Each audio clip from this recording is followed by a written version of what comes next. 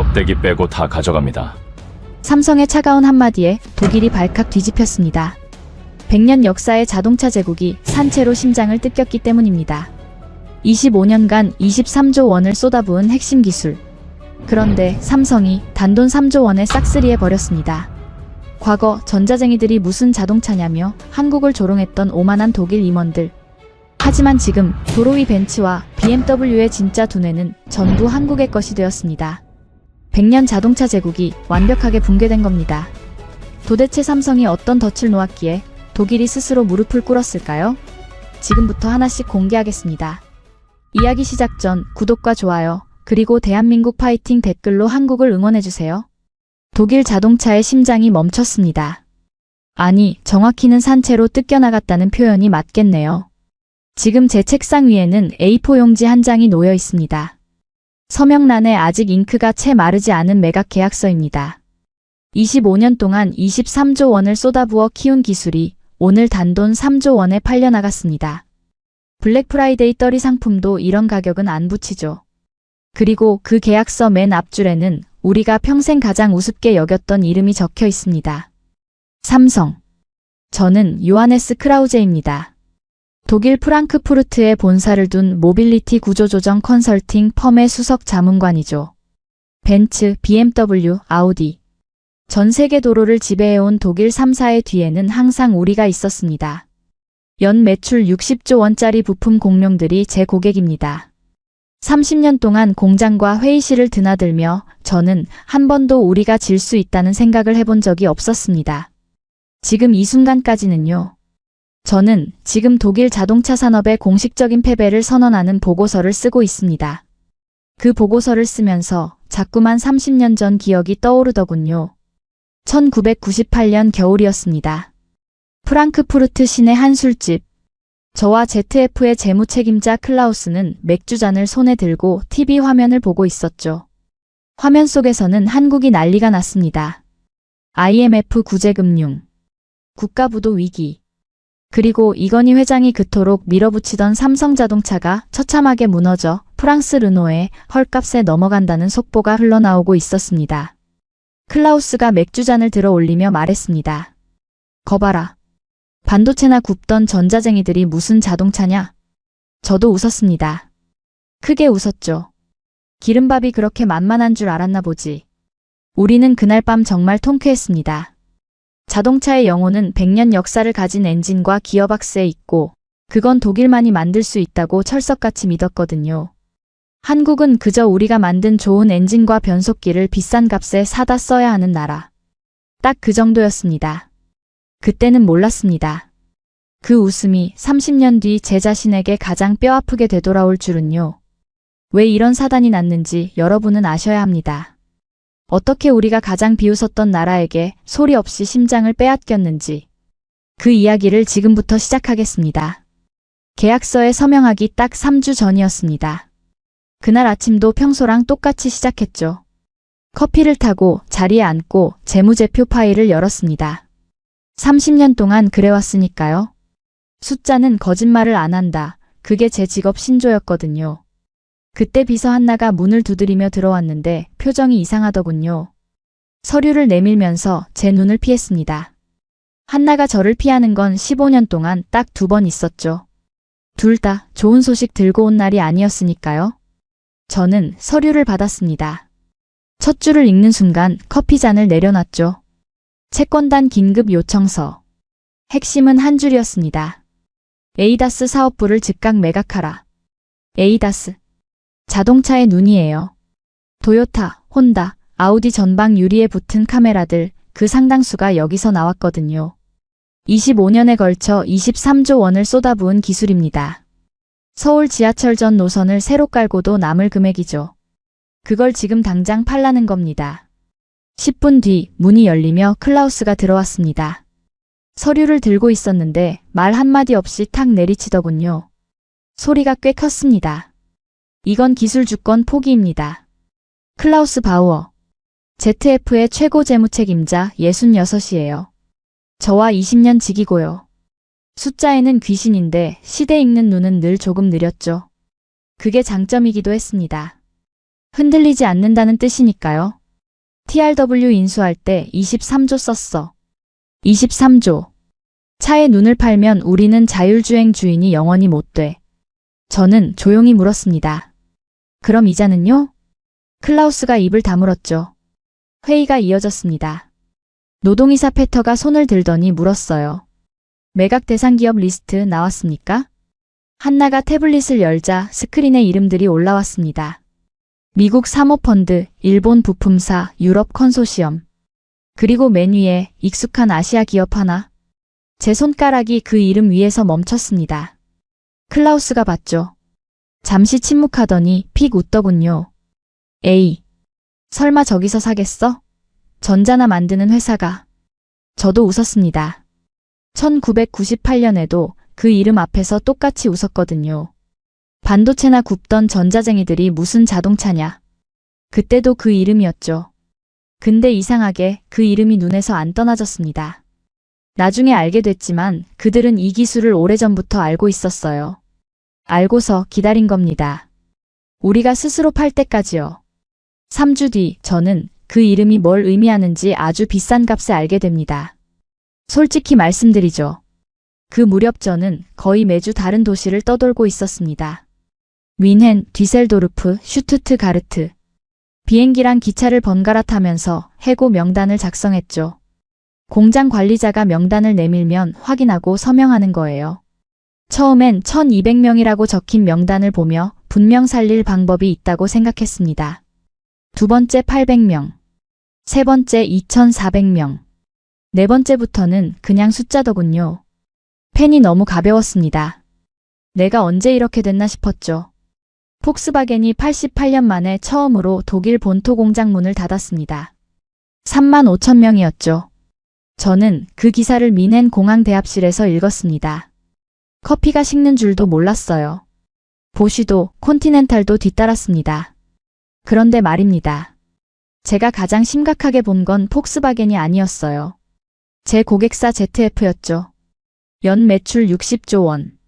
한때는 독일 부품 업계에서 왕이라 불리던 회사입니다. 근데 이 회사가 안고 있는 부채가 15조 원이 넘었죠. 매일 은행에 갖다 바치는 이자만 수백억 원이거든요. 버는 돈이 이자로 먼저 빠져나가는 구조였습니다.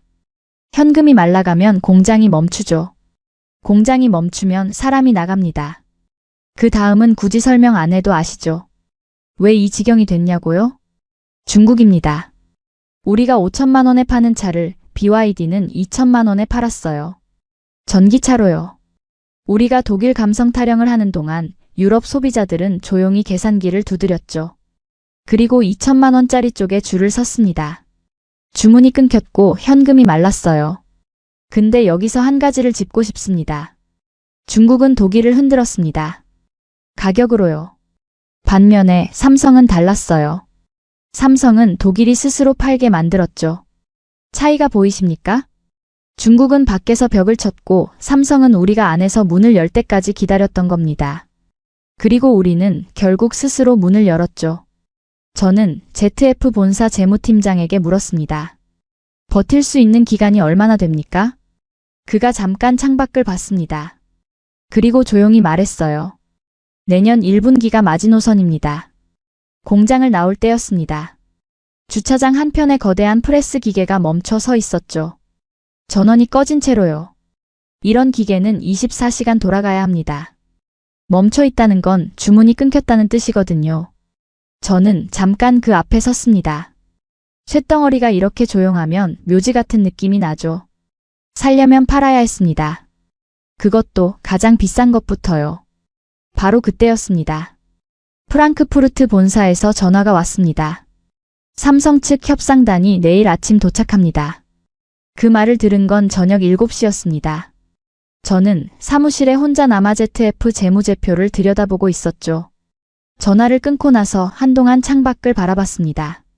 프랑크푸르트 도심의 불빛이 내려다 보이는 18층 창가였는데 그날따라 불빛이 유독 차갑게 느껴지더군요. 삼성. 사흘 전 사내 메일함에서 그 이름을 처음 봤을 때는 솔직히 코웃음이 나왔습니다.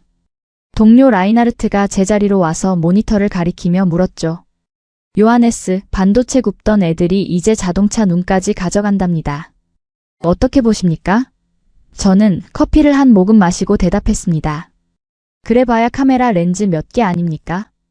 자동차의 영혼은 여전히 엔진과 기어박스에 있습니다. 라인하르트도 고개를 끄덕였습니다. 그렇게 끝났죠. 그런데 지금은 그 이름이 머릿속에서 떠나질 않았습니다. 이상했습니다. 왜 이상한지는 설명하기가 어려웠습니다. 논리적으로는 여전히 말이 안 됐거든요. 삼성은 스마트폰 만드는 회사입니다. 갤럭시 폰, 비스포크 냉장고. 자동차 산업에서 그들이 대체 뭘 알겠습니까? 우리 엔지니어들은 엔진 하나 설계하는데 10년을 씁니다. 차량용 카메라는 일반 카메라와 완전히 다른 세계입니다. 진동, 온도, 습도, 모든 극한 환경을 버텨야 하죠. 그런데 바로 그때였습니다. 1998년 기억이 갑자기 귓가를 때렸습니다. 클라우스 목소리였죠. 반도체나 굽던 전자쟁이들이 무슨 자동차냐. 그리고 제 목소리. 기름밥이 그렇게 만만한 줄 알았나 보지. 저는 그때 우리가 얼마나 크게 웃었는지 기억합니다. 배를 잡고 웃었죠. 30년 전에 우리가 그렇게 비웃었던 그 회사가 지금 우리 회의실로 걸어 들어오고 있습니다. 우리의 가장 값비싼 기술을 사러요. 저는 자리에서 일어났습니다. 코트를 집어들고 사무실을 나왔습니다. 엘리베이터를 기다리는 동안 벽에 걸린 ZF 연역 액자가 눈에 들어왔습니다. 1915년 창립. 110년입니다. 세계 최초 자동 변속기. 세계 최초 전자식 파워 스티어링. 우리가 쌓아온 것들이 거기 적혀 있었죠. 내일 아침 그 역사 앞에 삼성이 앉습니다. 저는 버튼을 눌렀습니다. 엘리베이터가 올라오는 동안 한 가지 생각이 머릿속을 떠나지 않았습니다.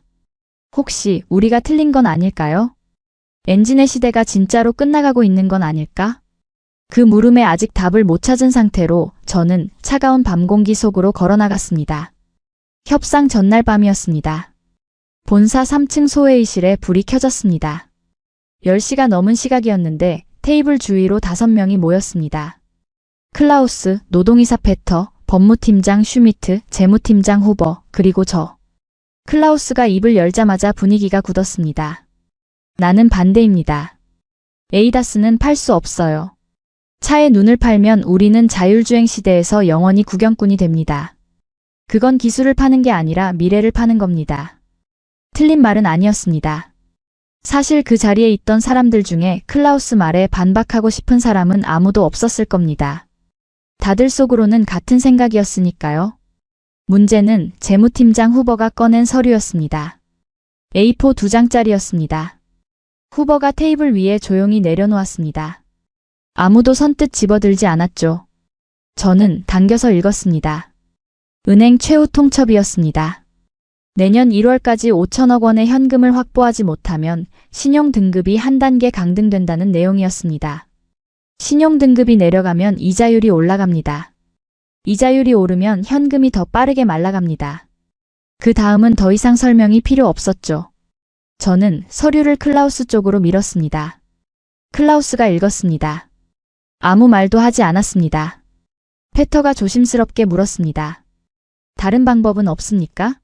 후버가 고개를 저었습니다. 에이다스 말고는 지금 당장 현금화할 수 있는 자산이 없습니다. 공장 매각은 노조가 가만히 있지 않을 거고 유상증자는 시장 반응이 보장이 안 됩니다. 법무팀장 슈미트가 끼어들었습니다. 삼성이 제시한 조건에 고용 승계 조항이 포함돼 있다고 들었습니다. 독일 인력 2,000명 보장이요. 클라우스가 손을 들어 슈미트를 막았습니다. 됐어요. 그게 무슨 위안이 됩니까? 23조 원짜리를 3조에 넘기는 게 말이 됩니까? 요하네스? 저는 잠시 생각했습니다. 그리고 말했습니다. 클라우스, 우리한테 선택지가 몇 가지나 남아있는지 물어봐야겠죠. 기술 주권을 지키는 것과 내일 문을 여는 것 둘 중에 하나입니다. 테이블이 조용해졌습니다. 클라우스는 서류를 내려다봤습니다. 한참을 봤죠. 그러더니 갑자기 손으로 얼굴을 가리더군요. 어깨가 흔들렸습니다. 66의 남자가 30년을 함께 일한 내 친구가 소리 없이 울고 있었어요. 저는 아무 말도 못했습니다.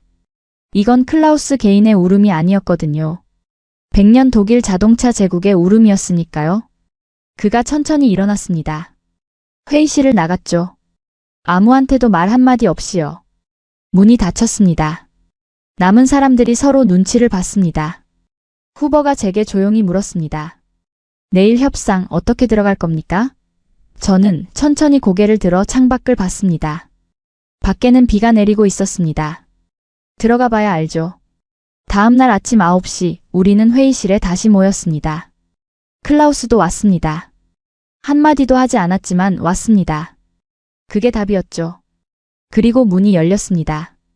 저는 그날 회의실에 들어오는 순간을 지금도 또렷이 기억합니다. 마호가니 테이블이 길게 놓여 있었습니다. 우리 쪽에는 두꺼운 서류철이 산처럼 쌓여 있었습니다. 23조 원의 기술을 증명하는 데이터들이었죠. 특허 목록, 연구개발 비용 내역, 고객사 계약 현황. 페이지가 수백 장이 넘었습니다. 맞은편은 달랐습니다. 삼성 하만 쪽은 3명이었습니다. 전략기획 상무박 아무개, 그리고 노트북을 들고 조용히 앉은 젊은 한국인 실무자 둘. 테이블 위에 놓인 건 얇은 태블릿 2대뿐이었습니다. 두꺼운 서류 같은 건 아무것도 없었죠. 저는 그 장면을 보는 순간 묘한 기분이 들었습니다. 말로 설명하기 어려운 느낌이었는데 굳이 표현하자면 이 협상의 주도권이 어디 있는지 이미 보이는 것 같았습니다. 박상무는 얇은 금태 안경을 쓰고 있었습니다. 나이는 47, 8 정도로 보였습니다. 앉으면서 한 번도 우리 쪽을 똑바로 쳐다보지 않았습니다. 태블릿 화면만 보고 있었죠. 인사가 끝나고 그가 입을 열었습니다. 저희가 제시하는 인수가액은 15억 유로입니다. 한화로 약 2조 6천억 원이죠.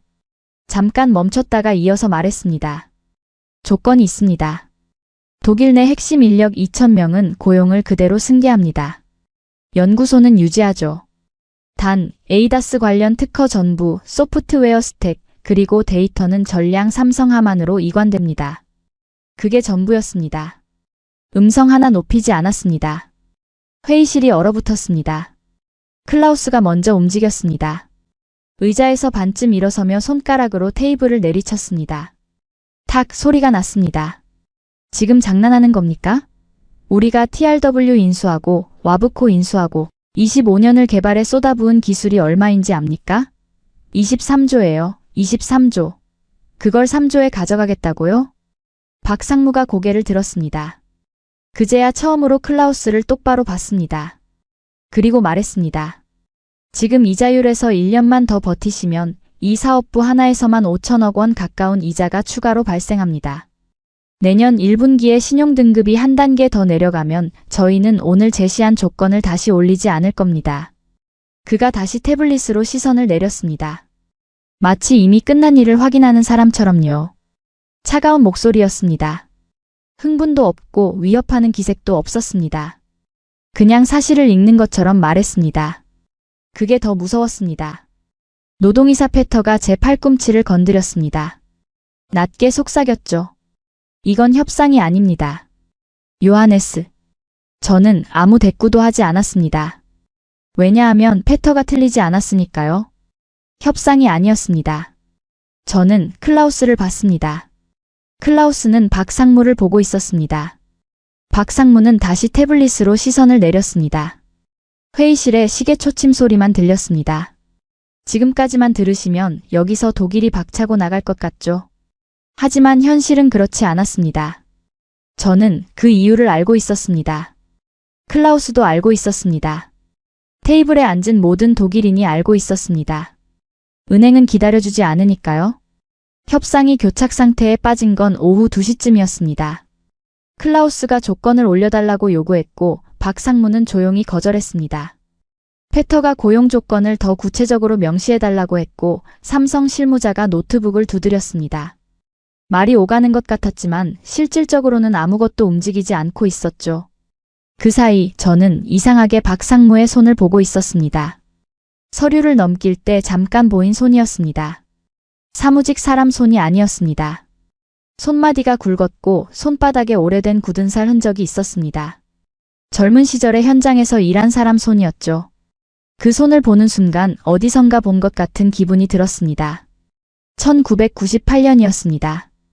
IMF 여파가 절정이던 그해 겨울, 저는 서울에 딱 한 번 출장을 간 적이 있었습니다. 당시 독일 고객사가 한국 합작사 철수 작업을 진행 중이었는데 현장 확인차 간 거였습니다. 가마산 쪽 공업단지 근처 공장이었습니다. 공장 정문 앞에 사람들이 모여 있었습니다.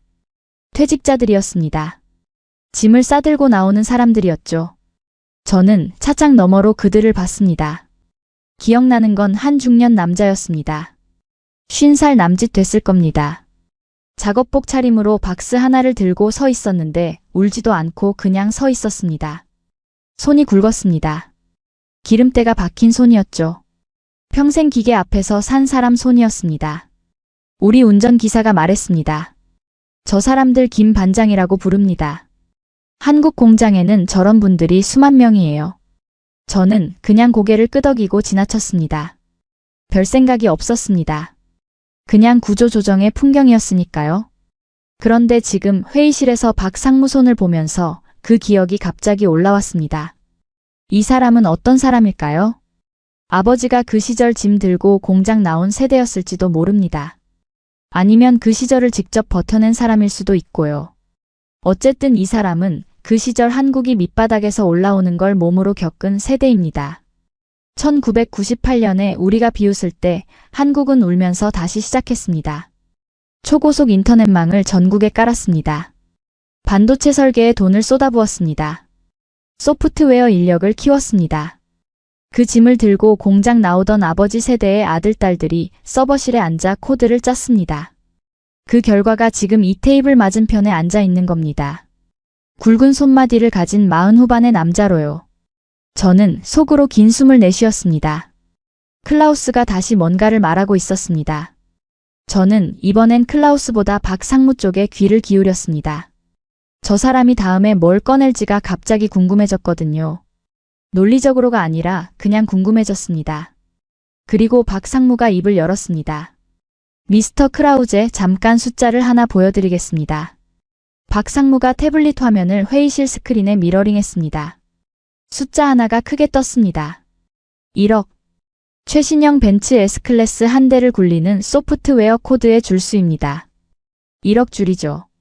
저는 숫자를 다시 봤습니다. 클라우스도 봤습니다. 박 상무가 다음 화면을 넘겼습니다. 비교해 보시죠.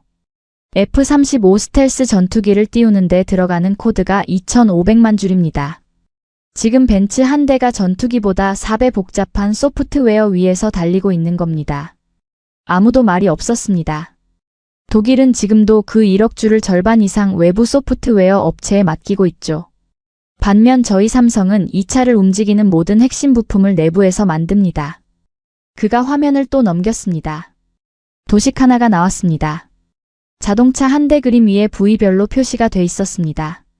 눈입니다. 전방 카메라와 레이더. 방금 귀사에서 저희가 인수하는 EADAS 사업부죠. 이미 도요타, 혼다, 아우디 전방 유리에 붙어 있습니다. 클라우스가 미간을 좁혔습니다. 귀와 입입니다. 하만. 벤츠와 BMW 실내 인포테인먼트 스크린과 오디오. 삼성이 2017년에 인수했죠. 저는 그 말을 듣고 멈칫했습니다. 맞는 말이었습니다.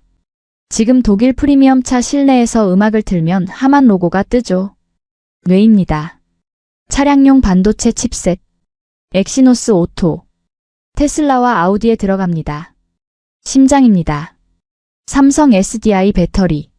전고체 배터리 기술은 현재 세계 최고 수준이고요. 기억입니다. 세계 1위 SSD 메모리와 5G 통신 모듈. 박 상무가 화면에서 시선을 거두고 우리를 봤습니다. 보이십니까? 자동차의 껍데기, 그러니까 차체만 빼고 돈이 되는 핵심 부품은 모두 저희가 이미 만들고 있었습니다. 이번 인수로 마지막 퍼즐이 맞춰지는 거죠. 테이블이 조용했습니다. 저는 창밖을 봤습니다. 밖에는 여전히 독일 자동차들이 지나가고 있었습니다. 벤츠, BMW, 아우디. 도로 위에 그 차들이 갑자기 다르게 보였습니다. 철판 위에 삼성 부품이 얹혀있는 구조물처럼요. 클라우스가 낮게 말했습니다. 껍데기라도 우리가 만든다면 아직 주권은 있는 거 아닙니까? 박 상무가 처음으로 짧게 웃었습니다. 조소는 아니었습니다. 뭔가를 아는 사람이 짓는 표정이었습니다. 미스터 바우어. 스마트폰 시대에 플라스틱 케이스 만드는 회사가 어떻게 됐는지 기억하십니까? 그 말이 떨어지는 순간 저는 등에서 무언가가 쭉 내려가는 느낌을 받았습니다. 삼성에게 자동차는 처음부터 자동차가 아니었던 겁니다. 그냥 바퀴 달린 갤럭시였던 거죠. 갤럭시 만들듯이 만들면 되는 기계였던 겁니다. 1998년에 자동차 조립에서 손을 뗀 것도 패배가 아니었습니다. 껍데기를 포기하고 속을 전부 가져가는 전략이었던 겁니다. 처음부터 줄곧 오후 4시 20분이었습니다. 협상이 시작된 지 7시간이 지났습니다. 창밖빛이 길게 기울어져 있었습니다. 테이블 위 커피잔은 모두 식어 있었고 서류들은 구겨지고 뒤섞여 있었습니다. 박상무는 처음과 똑같은 자세로 앉아 있었습니다. 흐트러진 게 없었습니다. 우리는 달랐죠. 클라우스가 마지막으로 한 번 더 시도했습니다. 인수가를 올려주십시오. 18억 유로만 해도 저희는 받아들일 수 있습니다. 박상무가 태블릿을 들여다봤습니다. 3초 정도였을 겁니다. 그리고 고개를 저었습니다. 15억 유로가 저희 최종 제안입니다. 클라우스가 저를 봤습니다. 저는 재무팀장 후보를 봤습니다. 후보는 테이블을 내려다봤습니다. 대답이 거기 있었습니다. 페터가 한 가지를 더 물었습니다. 독일 연구소 유지 조항은 계약서에 명문화됩니까? 삼성 실무자가 노트북 화면을 돌려 보여줬습니다. 고용 승계 2,000명, 연구소 5년 유지 보장. 문장으로 적혀 있었습니다. 페터가 고개를 끄덕였습니다. 그게 마지막 관문이었습니다. 법무팀장 슈미트가 계약서 최종본을 꺼냈습니다. 두껍지 않았습니다. 결국 핵심은 몇 조항 되지 않았으니까요. 금액, 이관 범위, 고용 조건. 그게 전부였습니다. 슈미트가 클라우스 앞에 내려놓았습니다. 클라우스는 오래 봤습니다. 아주 오래요. 그 사이 회의실에 아무 소리도 없었습니다. 시계 초침 소리도 안 들렸습니다. 그냥 조용했습니다. 그가 만년필 뚜껑을 열었습니다. 저는 그 순간 어디를 봐야 할지 몰랐습니다. 계약서를 봐야 할지, 클라우스를 봐야 할지, 창밖을 봐야 할지요. 저는 결국 클라우스의 손을 봤습니다. 천천히 아래로 내려가고 있었습니다. 잉크가 종이에 닿았습니다. 서명이 완성됐습니다. 23조 원을 들인 기술이 3조 원에 넘어가는데 걸린 시간은 1초가 채 되지 않았습니다. 박상무 쪽 실무자가 조용히 서류를 받아들었습니다. 박상무는 기쁜 표정도 흥분한 표정도 아니었습니다. 그냥 담담했습니다. 일이 예상대로 됐을 때 사람들이 짓는 표정이었죠. 그 담담함이 저한테는 오히려 가장 충격적이었습니다. 이 사람들은 처음부터 알고 있었던 겁니다. 우리가 결국 사인할 거라는 걸. 왜냐하면 우리가 할 수 있는 선택이 처음부터 하나뿐이었으니까요. 박상무는 그걸 알고 이 자리에 들어왔고 우리는 7시간을 버티다가 결국 그 하나를 선택한 겁니다. 클라우스가 만년필 뚜껑을 닫았습니다. 그리고 자리에서 일어났습니다. 아무한테도 인사를 하지 않고 회의실을 나갔습니다. 저는 자리에 앉아 있었습니다. 삼성팀이 서류를 챙겨나가고 문이 닫혔습니다. 회의실에는 저 혼자 남았습니다. 테이블 위에 식은 커피잔이 있었습니다. 구겨진 서류들이 있었습니다. 그리고 계약서 사본 한 장이 남아 있었습니다. 클라우스 서명 아래 삼성 하만 도장이 찍혀 있었습니다. 저는 오래 그것을 봤습니다. 이게 끝이 아니라는 걸 직감했습니다. 오히려 지금부터가 진짜라는 느낌이었죠. 계약서는 숫자로 된 이야기지만 내가 아직 이해하지 못한 이야기가 더 있다는 느낌이요. 저는 휴대폰을 꺼냈습니다. 그리고 항공권 예매 앱을 열었습니다. 인천행이었습니다. 직접 두 눈으로 확인해야 했습니다. 인천공항에 내린 건 오전 11시였습니다. 비행기에서 내려 입국장을 걷는 동안 저는 스스로에게 계속 같은 말을 되뇌었습니다. 확인하러 온 거다. 감정이 아니라 팩트를 보러 온 거다. 구조조정 자문관으로서 거래 상대방의 실체를 파악하는 게 내 일이다. 공항에서 수원까지는 1시간 남짓 걸렸습니다. 차창 밖으로 고속도로가 지나갔습니다. 한국 도로는 생각보다 넓었고 차들은 빠르게 달렸습니다. 저는 독일 출장 때 습관대로 차 브랜드를 세어봤습니다. 현대, 기아, 현대, 기아. 독일 차가 섞여 있기는 했지만 압도적으로 한국 브랜드였습니다. 그것도 새 차들이요. 삼성 디지털시티 정문에 도착했을 때 저는 잠시 멈췄습니다. 독일 자동차 공장을 30년 다닌 사람 눈에 이 풍경은 낯설었습니다. 굴뚝이 없었습니다. 기름 냄새도 없었습니다. 프레스 소리도 용접 불꽃도 없었죠. 대신 유리타워 4개가 햇빛을 받아 빛나고 있었습니다. 그 사이를 흰 가운 입은 사람들이 오가고 있었고요. 안내를 맡은 이 씨라는 삼성 직원이 저를 맞았습니다. 30 초반으로 보이는 남자였는데 유창한 영어로 말했습니다. 먼저 전장 연구동부터 안내해드리겠습니다. 로비를 지나 복도로 들어섰습니다. 벽 한쪽 면을 가득 채운 것이 눈에 들어왔습니다. 로드맵이었습니다. 크게 4칸으로 나뉘어 있었죠. 전장, 배터리, 에이다스, 클라우드. 각 칸마다 2025년부터 2035년까지 개발 일정이 빼곡하게 적혀 있었습니다. 포스트잇으로 대충 붙여놓은 게 아니었습니다. 수년에 걸쳐 정교하게 짜인 계획이었죠. 저는 걸음을 멈추고 그 앞에 섰습니다. 이 씨가 설명했습니다. 저희는 차를 만드는 회사가 아닙니다. 차를 움직이는 것들을 만드는 회사입니다. 저는 그 문장을 한 번 더 속으로 되씹었습니다. 회의실 하나로 들어갔습니다. 스크린에 슬라이드가 열려 있었습니다. 제목이 소프트웨어 정의 차량. SDV 통합 전략이었습니다. 엔지니어 한 명이 설명을 시작했습니다.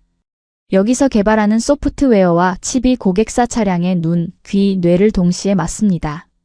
이번에 ZF에서 이관되는 카메라 데이터도 이 데이터 센터를 거쳐서 다시 전 세계 차량으로 나갑니다. 저는 펜을 잡은 손을 내려다봤습니다. 우리가 크랭크샤프트와 피스톤을 다듬는 동안 이 사람들은 자동차를 아예 다른 물건으로 만들고 있었던 겁니다. 우리는 30년 동안 더 좋은 차를 만들려 했고 이들은 30년 동안 차를 소프트웨어로 바꾸려 했던 거죠. 같은 출발선에서 완전히 다른 경주를 하고 있었습니다. 그것만으로도 충분히 충격이었습니다. 하지만 진짜 충격은 다음 층에 있었습니다. 데이터 센터는 지하에 있었습니다. 엘리베이터가 내려가는 동안 온도가 낮아졌습니다. 문이 열리자 서늘한 공기와 함께 낮고 일정한 기계음이 들렸습니다. 서버 냉각 소리였습니다.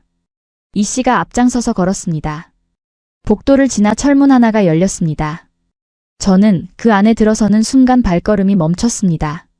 정면에 거대한 모니터 월이 있었습니다. 벽 전체를 덮을 크기였습니다. 화면 위에 세계 지도가 펼쳐져 있었고 그 위로 수만 개의 빛나는 점들이 움직이고 있었습니다. 실시간으로요. 어떤 점들은 빠르게 이동했고 어떤 점들은 제자리에서 깜빡였습니다. 엔지니어가 설명했습니다. 저 점 하나가 차량 1만 대의 실시간 주행 데이터입니다. 저는 점의 수를 세려다가 멈췄습니다. 셀 수 없었습니다. ZF 에이다스 카메라가 현재 전 세계 약 1000만 대의 차량에 탑재돼 있습니다. 저 화면에 보이는 게 그 차량들이 지금 이 순간 어디서 뭘 보고 있는지입니다. 1000만 개의 카메라가 지금 이 순간 달리고 있습니다. 독일 아우토반에서, 미국 고속도로에서, 일본 도심에서요. 그리고 그 카메라들이 보는 것들이 전부 이 데이터 센터로 들어오고 있었습니다. 저는 조용히 물었습니다. 이 데이터로 뭘 합니까? 엔지니어가 옆 화면을 켰습니다. 그래프들이 떴습니다. 비 오는 날 고라니가 갑자기 튀어나왔을 때 제동 반응. 눈길 위 미끄러진 패턴. 터널 진입 시 카메라 전환 속도. 이런 데이터가 매일 수십억 건씩 쌓입니다. 이걸로 자율주행 알고리즘을 학습시키죠. 완성된 알고리즘은 다시 차량 소프트웨어 업데이트로 배포됩니다. 수집, 학습, 배포. 이 한 바퀴가 돌 때마다 돈은 계속 이쪽으로 쌓입니다. 테슬라가 무서운 이유가 자기 차에서 데이터를 모으기 때문이라는 말은 들었습니다. 그런데 삼성은 다릅니다. 벤츠, BMW, 토요타, 폭스바겐. 경쟁하는 회사들의 차에서 동시에 데이터를 빨아들이고 있는 겁니다. 21세기의 원유라고 부르는 데이터 파이프라인을 삼성이 전 세계 프리미엄 자동차 산업 한복판에 꽂아버린 거죠. 그런데 이 씨가 한마디를 더 붙였습니다. 담담하제요. 앞으로는 하드웨어만 팔지 않습니다. 매달 자율주행 업데이트, 지도 데이터, 차량 소프트웨어 구독료를 받게 됩니다. 전 세계 3천만 대에서 월 5천원씩만 받아도 1년에 1조 8천억 원입니다. 공장 한 번 안 돌리고요. 저는 그 숫자를 듣는 순간 위가 내려앉는 느낌이 들었습니다. 차 한 대를 팔면 10년짜리 월세 통장이 생기는 겁니다. 우리는 차 팔고 끝이었는데 이들은 차를 판 뒤에도 계속 돈을 받는 구조를 만든 겁니다. 우리가 쇳덩어리를 팔고 있을 때 이들은 플랫폼을 팔고 있었던 거죠. 저는 데이터 센터 바닥을 내려다봤습니다. 발 밑에서 서버 냉각음이 낮게 울렸습니다. 그 소리가 어쩐지 우리 독일 공장의 프레스 소리보다 훨씬 크게 들렸습니다. 호텔로 돌아온 건 저녁 8시였습니다.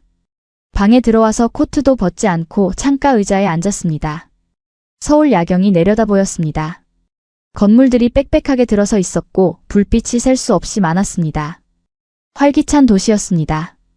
어두운 도시가 아니었죠. 저는 한참 그걸 보고 있었습니다. 머릿속에서 오늘 본 것들이 계속 재생됐습니다. 로드맵 벽, 데이터 점들이 움직이던 모니터, 이씨가 담담하게 읊던 숫자들, 그리고 박상무가 7시간 동안 단 한 번도 흐트러지지 않았던 모습. 그때 전화가 울렸습니다. 클라우스였습니다. 저는 받았습니다. 첫 마디부터 목소리가 이상했습니다.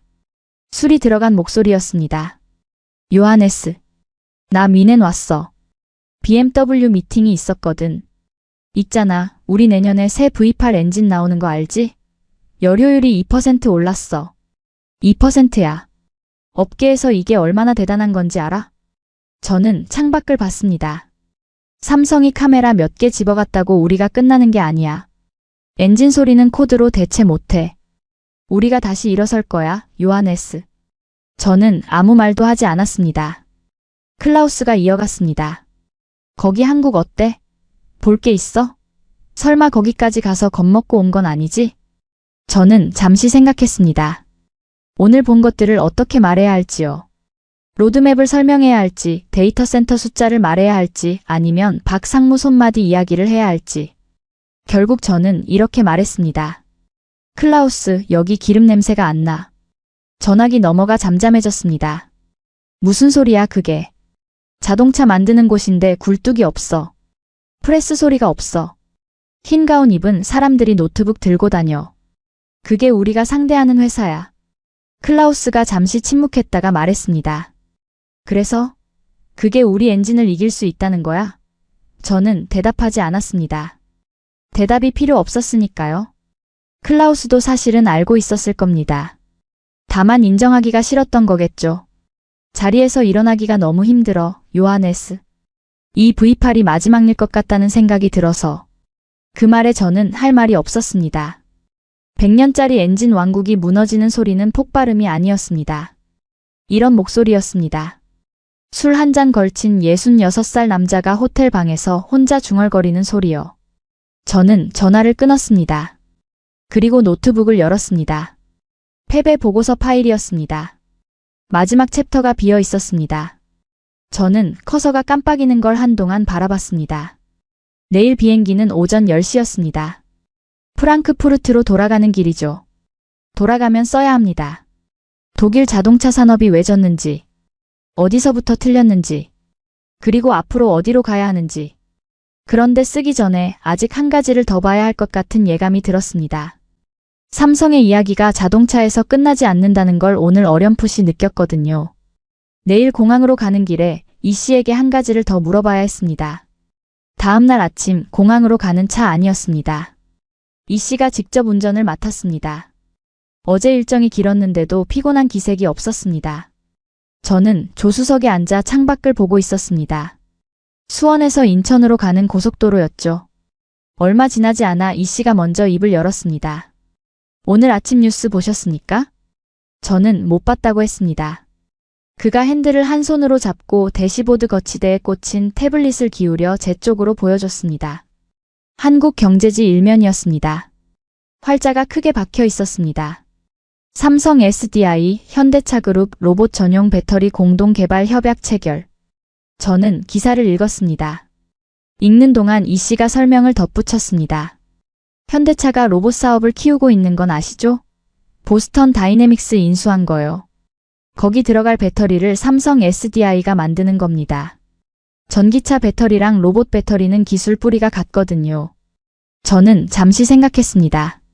전기차는 바퀴 달린 로봇입니다. 로봇은 다리 달린 전기차입니다. 핵심 기술이 같습니다. 배터리, 모터, 소프트웨어. 삼성이 전기차에서 쌓은 걸 그대로 로봇에 옮기면 됩니다. 현대차가 차체를 잘 만드는 기술은 로봇 외형에 그대로 쓰입니다. 두 회사가 손을 잡으면 자동차 안에 있는 기술이 그대로 걸어다니기 시작하는 겁니다. 저는 물었습니다. 이게 원래 계획이었습니까? 이 씨가 잠깐 웃었습니다. 대답 대신 이렇게 말했습니다. 미스터 크라우제, 중국이 저가 전기차로 밀고 오고 테슬라가 가격을 계속 내리는 상황에서 현대차 혼자 버티기가 쉽지 않습니다. 삼성도 완성차 껍데기 없이 속만 갖고 있으면 판로가 제한되고요. 서로 필요한 게 맞아 떨어진 거죠. 저는 그 말을 듣고 한국식 표현 하나가 떠올랐습니다. 어제 저녁 호텔 식당에서 옆 테이블 한국 사람들이 하던 말이었습니다. 저는 한국말을 잘 모르지만 분위기로 대충 알아들었습니다. 형님, 부품 좀 싸게 주이소. 우리가 차체 기막히게 뽑아줄게. 그게 이 동맹의 실체였습니다. 삼성의 눈, 뇌, 심장. 현대차의 껍데기. 이 둘이 결합하면 독일도, 일본도, 테슬라도 상대하기 어려운 조합이 됩니다. 가격 경쟁력에서는 중국을 막을 수 있고 기술력에서는 테슬라와 맞붙을 수 있습니다. 그리고 그 조합이 이제 자동차를 넘어 로봇 시장으로 확장되고 있는 겁니다. 고속도로 표지판에 인천국제공항이 보이기 시작했습니다. 저는 이 씨에게 물었습니다. 앞으로 10년 후에 자동차 산업이 어떻게 될 것 같습니까? 이 씨가 잠깐 생각했습니다. 그리고 대답했습니다. 차를 누가 만드냐보다 차 안에서 누가 돈을 버냐가 중요해질 겁니다. 저는 더 묻지 않았습니다. 그 한 문장이면 충분했습니다. 비행기가 이륙한 건 오전 11시였습니다. 구름을 뚫고 올라가는 동안 저는 노트북을 열었습니다. 패배 보고서 파일이었습니다. 마지막 챕터 제목이 비어 있었습니다. 커서가 깜빡이고 있었죠. 저는 제목을 입력했습니다. 느리게 타이핑했습니다. 왜 우리는 졌는가? 그리고 쓰기 시작했습니다. 독일이 진 건 기술이 부족해서가 아니었습니다. 엔진 기술은 지금도 세계 최고입니다. 클라우스 말이 틀리지 않았습니다. 새 V8 연료율이 2% 오른 것도 사실입니다. 그 기술에 수십 년의 장인 정신이 담겨 있는 것도 사실이고요. 문제는 그게 이제 아무도 원하지 않는 기술이 돼가고 있다는 겁니다. 세상이 원하는 건 소리 나는 엔진이 아니라 스스로 달리는 차였습니다. 달리면서 데이터를 모으는 차였습니다. 업데이트를 받으면서 계속 진화하는 차였습니다. 그건 소프트웨어의 세계였고 반도체의 세계였습니다. 우리는 그 세계가 온다는 걸 알았습니다. 몰랐던 게 아닙니다. 알면서도 바꾸지 않았습니다. 100년의 관성이 너무 컸으니까요. 저는 잠시 타이핑을 멈추고 창밖을 봤습니다. 구름 위였습니다. 지상이 보이지 않았습니다. 삼성의 큰 그림은 자동차에서 끝나지 않습니다. 저는 그걸 어제 느꼈습니다. 삼성 SDI 배터리가 전기차에 들어가고 로봇에 들어가고 집 옥상 에너지 저장 장치에도 들어갑니다. 삼성 반도체가 차를 제어하고 같은 반도체가 로봇을 제어하고 같은 반도체가 스마트홈을 제어합니다. 차고의 전기차, 거실의 가사 로봇, 공장의 산업용 로봇, 옥상의 에너지 저장 장치. 이 모든 것이 삼성의 배터리, 삼성의 칩, 삼성의 소프트웨어로 연결됩니다. 그리고 그 모든 것에서 매달 구독료가 들어옵니다. 집 전체가 삼성의 플랫폼 안에 들어가는 겁니다. 저는 다시 타이핑했습니다. 우리가 에이다스 사업부를 판 날 우리는 카메라와 특허만 넘긴 게 아니었습니다. 그 카메라에 달린 1000만 개의 눈을 넘긴 겁니다. 그 눈들이 매일 수집하는 데이터를 넘긴 겁니다. 그 데이터로 학습되는 알고리즘의 미래를 넘긴 겁니다. 한 번 서명으로 우리는 그 모든 것의 주인 자리를 내줬습니다. 기술을 판 게 아니었습니다. 미래를 담보로 넘긴 겁니다. 비행기가 순환 고도에 도달했습니다. 좌석 벨트 사인이 꺼졌습니다. 저는 보고서 마지막 문장을 완성했습니다. 그리고 파일을 저장했습니다. 노트북을 닫았습니다. 12시간 뒤 프랑크푸르트에 도착합니다. 이 보고서를 제출하면 독일 자동차 산업의 공식 패배 선언이 활자로 남게 됩니다. 저는 눈을 감았습니다. 한동안 그렇게 있었습니다. 프랑크푸르트 공항에 도착한 건 이른 아침이었습니다. 입국 심사를 마치고 수화물을 찾아 터미널을 걸어 나왔습니다. 집으로 가는 익숙한 길이었습니다. 30년 동안 수백 번 걸은 길이죠. 그런데 발걸음이 멈췄습니다. 터미널 창밖으로 활주로가 내려다 보이는 구간이었습니다. 화물기 여러 대가 세워져 있었고 그 앞으로 대형 컨테이너들이 줄지어 있었습니다. 지게차가 분주하게 오가고 있었죠. 하역 작업이 한창이었습니다. 저는 창에 가까이 다가갔습니다. 컨테이너 옆면이 보였습니다. 파란 바탕에 흰 글자였습니다. 삼성 하만. 한두 개가 아니었습니다. 눈에 보이는 컨테이너 12여 개 중에 그 로고가 붙은 게 8개였습니다. 불과 몇 달 전까지만 해도 독일 3사 로고를 달고 전 세계로 나가던 그 자리에 이제 파란 삼성 로고가 서 있었습니다. 저는 오래 그 앞에 서 있었습니다. 30년이 한꺼번에 지나갔습니다. 1998년 프랑크푸르트 술집에서 클라우스와 맥주잔을 부딪히던 밤. 반도체나 굽던 전자쟁이들이 무슨 자동차냐. 우리가 얼마나 크게 웃었는지. 그 웃음이 지금 이 장면으로 돌아왔습니다. 껍데기만 남은 호구는 우리였습니다. 저는 천천히 고개를 들었습니다. 비행기 한 대가 활주로로 나가고 있었습니다. 그 옆으로 삼성 하만 로고가 찍힌 컨테이너들이 묵묵히 서 있었습니다. 어디론가 실려가기를 기다리며요. 저는 여기서 잠깐 이야기를 멈추고 싶습니다.